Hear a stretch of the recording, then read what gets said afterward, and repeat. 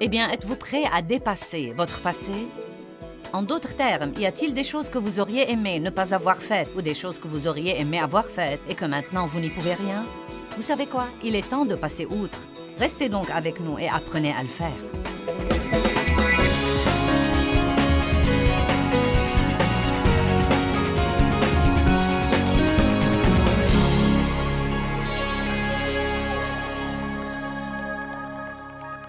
Proverbe 4, 23 dit « Garde ton cœur plus que toute autre chose, car de lui viennent les issues de la vie. » Cela nous donne une responsabilité. Il ne dit pas que quelqu'un d'autre doit garder mon cœur. Il dit « Garde ton cœur plus que toute autre chose. Garde-le maintes et maintes fois, car de ton cœur viennent les issues de la vie. » En d'autres termes, si vous voulez avoir la vie que Jésus est mort pour vous donner, vous devez faire très attention à votre attitude et à vos pensées. Satan cherche à bâtir des forteresses dans nos pensées. C'est un domaine où il domine notre pensée, où il nous trompe par les mauvaises pensées.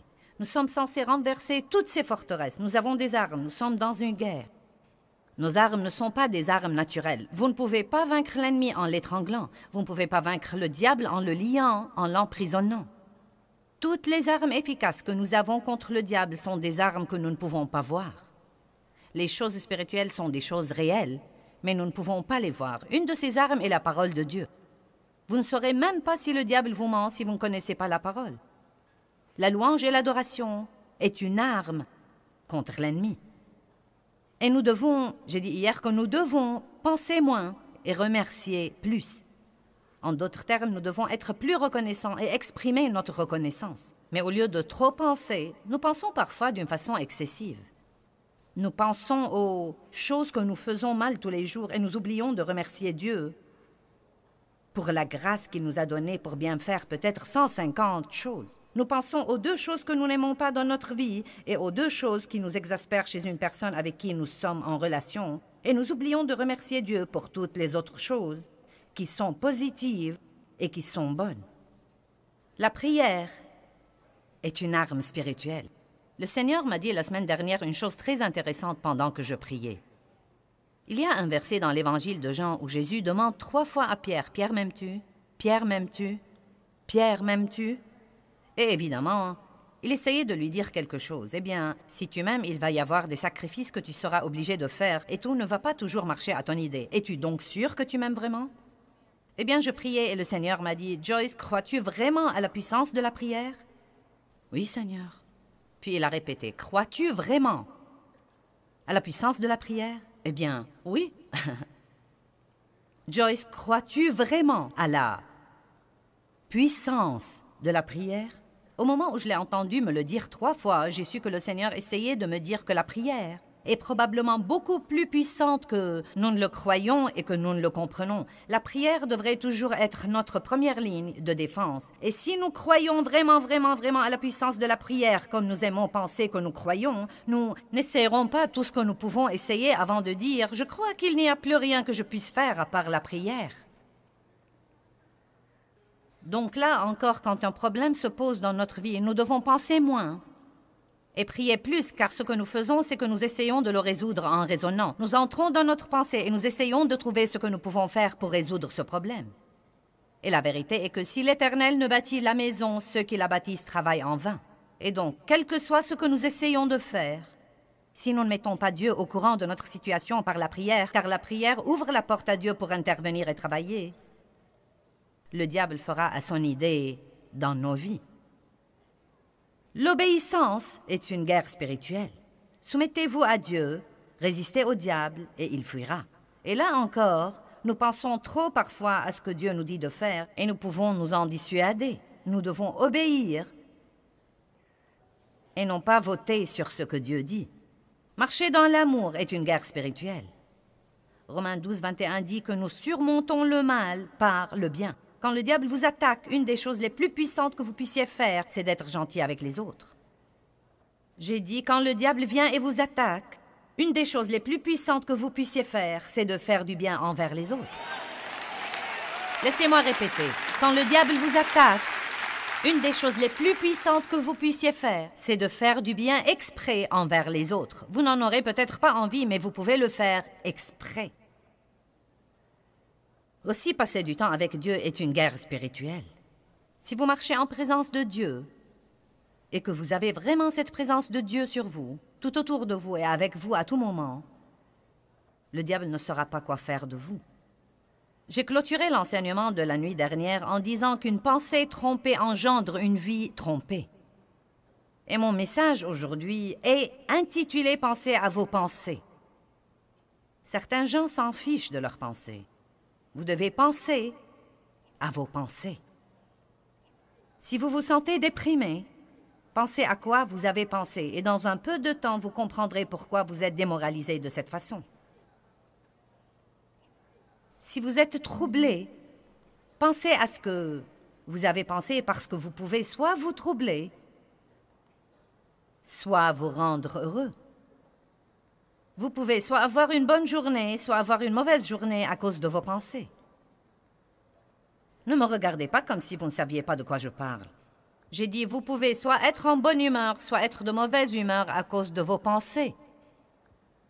Vous pouvez soit vous rendre malheureux à cause de vos pensées, soit vous remontez le moral à cause de vos pensées. Le diable veut que nous croyions que nous sommes dans un piège et que nous n'y pouvons rien, mais je vous apporte la bonne nouvelle comme quoi il y a quelque chose que vous pouvez faire. Il y a quelque chose que vous pouvez faire au sujet de votre niveau de joie et au sujet de votre niveau de paix. Quelque chose que vous ne pouvez pas faire au sujet du diable et que vous pouvez faire pour avoir une meilleure vie. Et tout cela commence dans votre pensée. La pensée est le champ de bataille.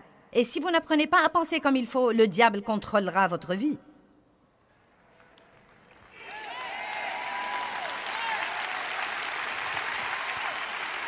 Une pensée trompée engendre une vie trompée. Qu'est-ce que la tromperie? La tromperie veut dire que le diable vous ment et que vous le croyez.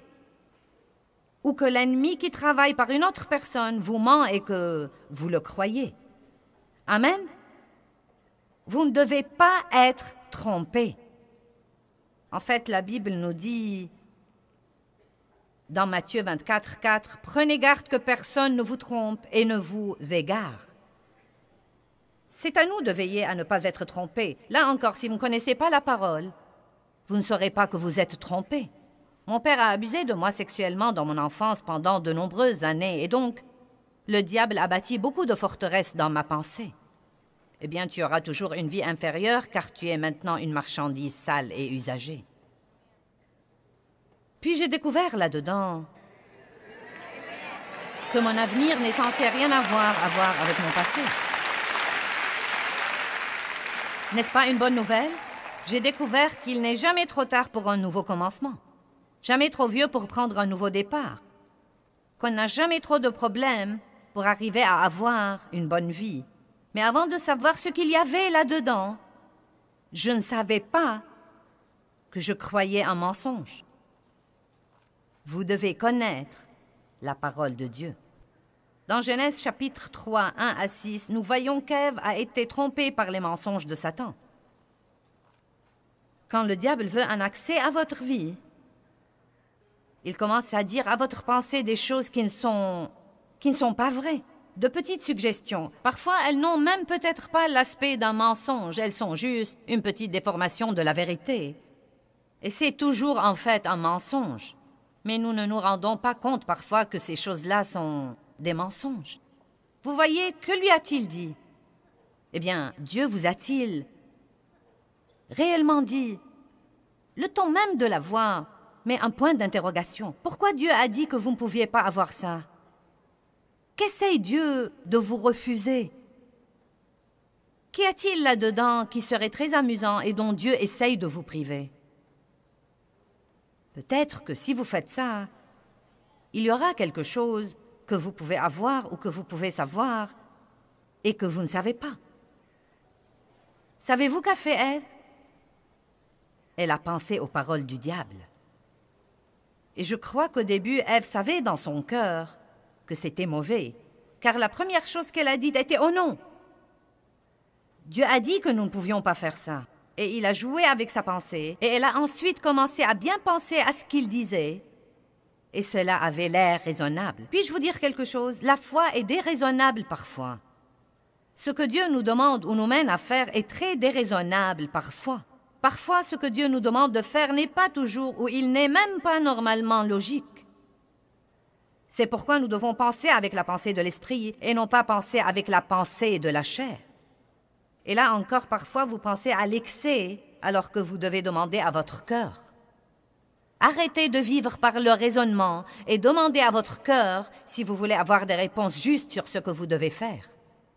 Peut-être que Dieu veut que vous quittiez un travail et allez en trouver un autre, car ce travail est très exigeant et qu'il vous vole votre famille, et vous vole votre santé, et vous vole votre vie spirituelle. Et peut-être que Dieu vous dit de le quitter et d'aller chercher et en trouver un autre, mais votre pensée entre en action. Et ça alors? Et si? Et ça alors? Et si? Et ça alors? Et si? Et donc, que faisons-nous? Nous passons notre vie à nous occuper de nous-mêmes et nous sommes gênés au-dedans de nous parce que nous n'obéissons pas au Saint-Esprit de Dieu.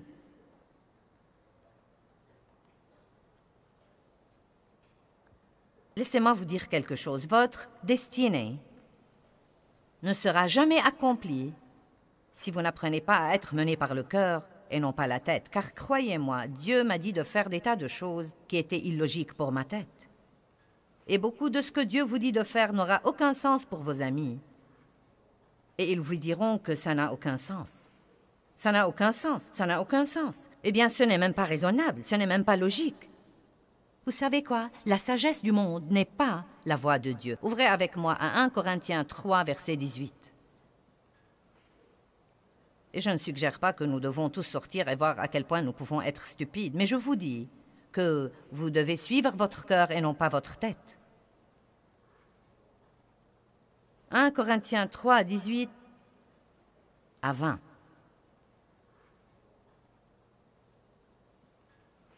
Verset 18. Que nul ne s'abuse lui-même. J'aime vraiment ça. Que nul ne s'abuse lui-même. Si quelqu'un parmi vous se croit sage à la manière de ce monde, qu'il devienne fou, qu'il renonce au discernement de la chair et qu'il reconnaisse qu'il est ennuyeux, stupide, idiot, sans savoir ni vraie connaissance, afin de devenir vraiment sage. Maintenant, savez-vous ce qui trompe beaucoup de gens? La connaissance de ce monde. Et je ne dis pas de ne pas s'instruire, mais soyez aussi assez sage pour savoir que tout ce que vous lisez dans un livre n'est pas vrai et que tout ce qu'un enseignant vous dit n'est pas vrai. On n'enseigne pas la création à l'école. On n'enseigne pas la foi à l'école. On n'enseigne pas la croyance en Dieu à l'école. Nous avons deux sources de sagesse. La sagesse du monde et le livre le plus sage qui ait jamais été écrit. Et je sais qu'il est vrai. Vous savez comment je sais qu'il est vrai? Parce que ceci marche et cela ne marche pas. Tout ce que vous devez faire, c'est de regarder tous les gens qui suivent la sagesse du monde en ce moment et vous voyez ce qui arrive réellement dans notre société. Tout se détruit. Mais la Bible dit que ceux qui croient la parole de Dieu et qui marchent dans la justice brilleront dans l'obscurité comme les lumières brillantes et comme des étoiles et des phares. Amen. Nos vies devraient toujours refléter la vérité de la parole de Dieu. Et tout ce que vous devez faire, c'est de marcher dans la parole de Dieu. Et dans peu de temps, les gens commenceront à voir une immense différence entre vous et tous les autres, que vous n'aurez même pas besoin de leur casser les oreilles avec votre Bible pour accepter le Christ. Ils viendront à vous et voudront savoir ce que vous avez et qu'ils n'ont pas.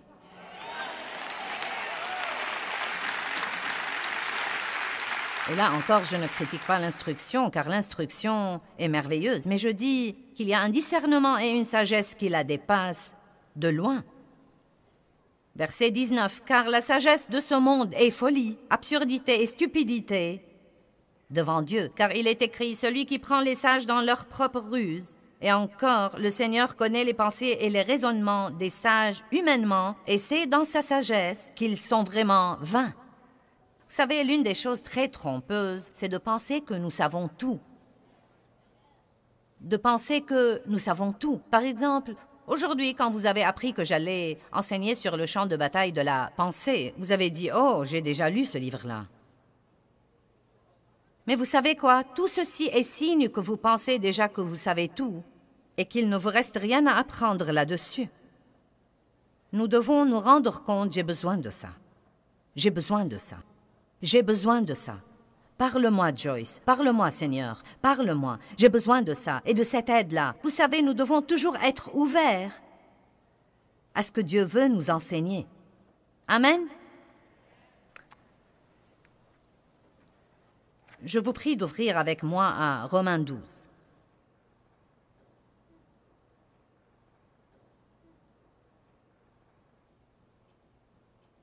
C'est probablement un des premiers versets que tout nouveau chrétien devrait apprendre et comprendre.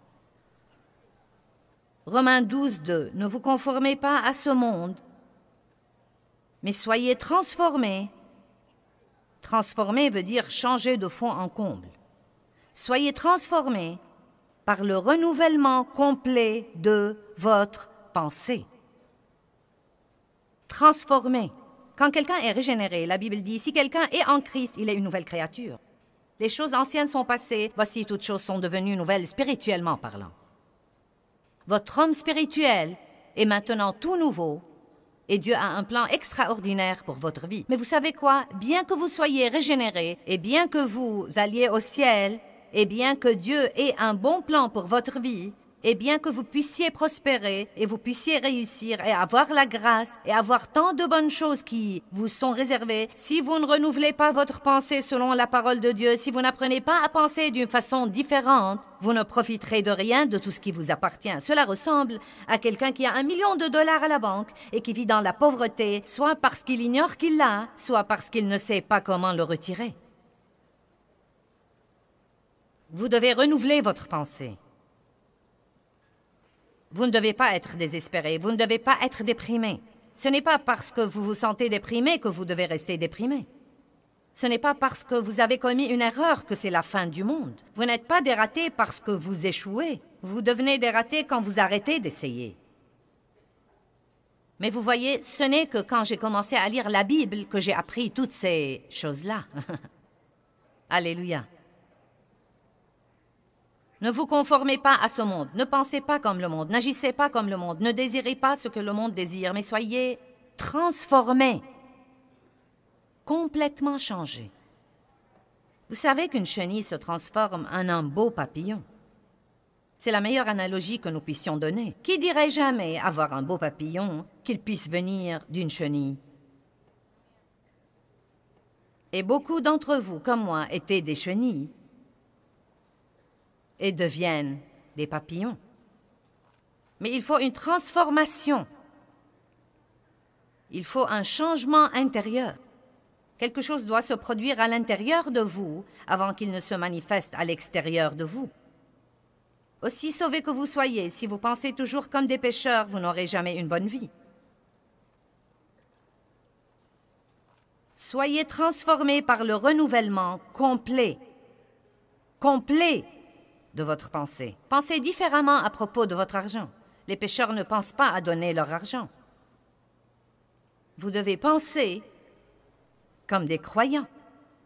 Levez-vous tous les jours et pensez exprès, comment pourrais-je être une bénédiction à quelqu'un d'autre? Eh bien, croyez-moi, je ne pensais pas comme ça autrefois. Je pensais comment je pourrais amener tout le monde à faire ma volonté toute la journée. Mais j'ai eu un changement de pensée, et parce que j'ai eu ce changement, j'ai eu un changement de vie. Maintenant, je pense exprès que tout le monde dise exprès. La bonne nouvelle que j'essaye de vous apporter, c'est que vous n'êtes pas obligé de penser et de méditer et de tourner et de tourner et de retourner tout ce qui vous passe par l'esprit. Si vous connaissez la parole, quand une pensée destructive pour votre vie vous passe par l'esprit, vous le saurez sûrement, vous rejetterez cette pensée et vous pourrez ensuite penser à une bonne chose exprès, et quand vous faites ça, il produira du bon fruit dans votre vie. Avant que je n'apprenne ça, je me réveillais et j'ignorais que je pouvais choisir mes pensées, et donc le diable venait et me remplissait l'esprit de pensées égocentriques et égoïstes. Il y avait des jours où je m'allongeais sur mon lit et où je me fâchais contre tout le monde avant même de sortir du lit. Allez, vous savez exactement à quoi je pensais.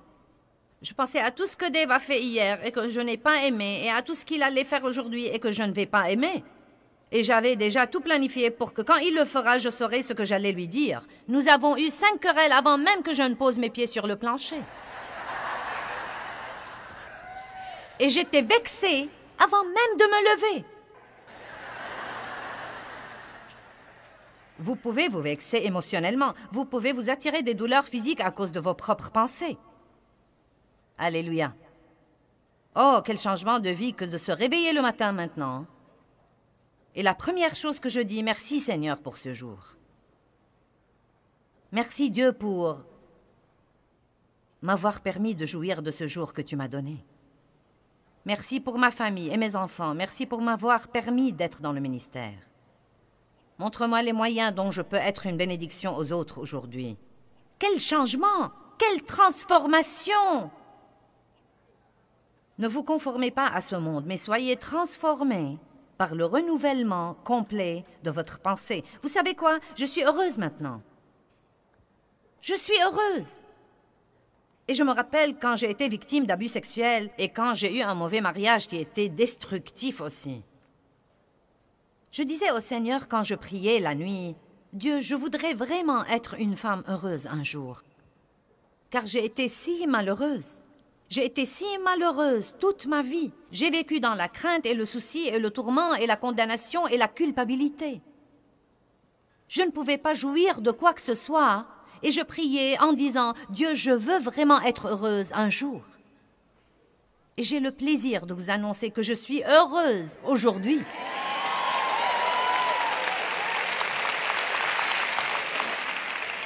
Et je suis même plus contente de vous annoncer que mon bonheur n'est pas basé sur les circonstances. Parce que ce n'est pas vraiment le bonheur, c'est la joie du Seigneur. Mais vous savez quoi? Je pourrais m'attirer une mauvaise humeur par mes pensées.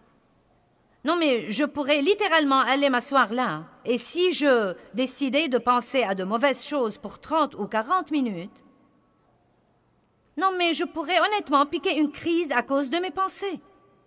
Je pourrais avoir une mauvaise attitude à cause de mes pensées et me fâcher contre tout le monde et vouloir les gronder. Je ne supporte plus ces trucs-là. Tout le monde ne fait que m'exploiter et tout le travail ici, c'est moi qui le fais.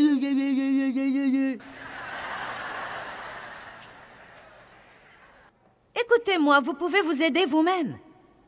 Certains d'entre vous ne devraient plus avoir les mauvais jours qu'ils avaient. Vous n'êtes pas obligé de passer vos jours dans la dépression et le désespoir et l'amertume et le ressentiment. Mais si vous continuez à vivre en attendant qu'une chose miraculeuse se produise quelque part, ou qu'un autre pasteur célèbre arrive en ville et vienne vous saluer de sa petite main chaude, je suis là ce soir pour vous dire la vérité. Vous pouvez résoudre vos problèmes en prêtant attention à la parole de Dieu et en l'appliquant à votre vie. Mais rien ne changera dans votre vie si vous ne changez pas votre pensée. Si vous avez des pensées puantes, vous aurez une vie puante. Laissez-moi le dire à nouveau et vous le faire comprendre. Je dois répéter ceci plusieurs fois parce que c'est une nouvelle toute nouvelle pour nous parfois. Croyez-moi, vous ne devez pas penser à tout ce qui vous passe par la tête. Vous pouvez détruire ces pensées-là. Vous pouvez dire non et vous pouvez aussi exprès remplir votre pensée de quelque chose de bon. Vous pouvez penser à ce que vous voulez vraiment penser.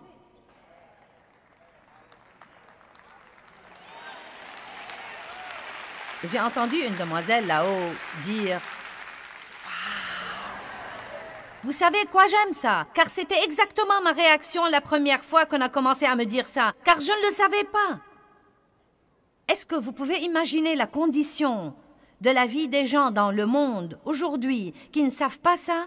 Et savez-vous combien ça me chatouille de savoir qu'il y a des millions et des millions de gens qui regardent ceci à la télévision et qui ne savaient pas. Ils ne savaient pas avant de regarder cette émission qu'ils ne sont pas obligés de penser à tout ce qui leur passe par la tête. N'est-ce pas passionnant? C'est une bonne nouvelle. Je peux penser ce que je veux penser et le diable n'y pourra rien.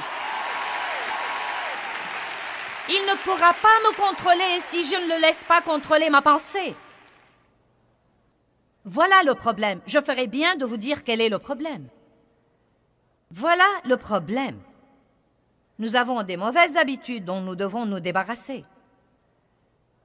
Nous sommes complètement indisciplinés sur ce plan. Il faut que nous travaillions diligemment avec le Saint-Esprit pour une période de temps systématiquement. Ce n'est pas parce que vous avez entendu ce message aujourd'hui que vous êtes supposé rentrer chez vous et ne jamais avoir une bataille avec votre pensée. Il va falloir combattre, combattre, combattre, combattre, combattre, combattre. Et c'est tellement mieux de combattre pour votre vie et pour votre victoire que de combattre tout le temps le diable qui essaye de vous tuer.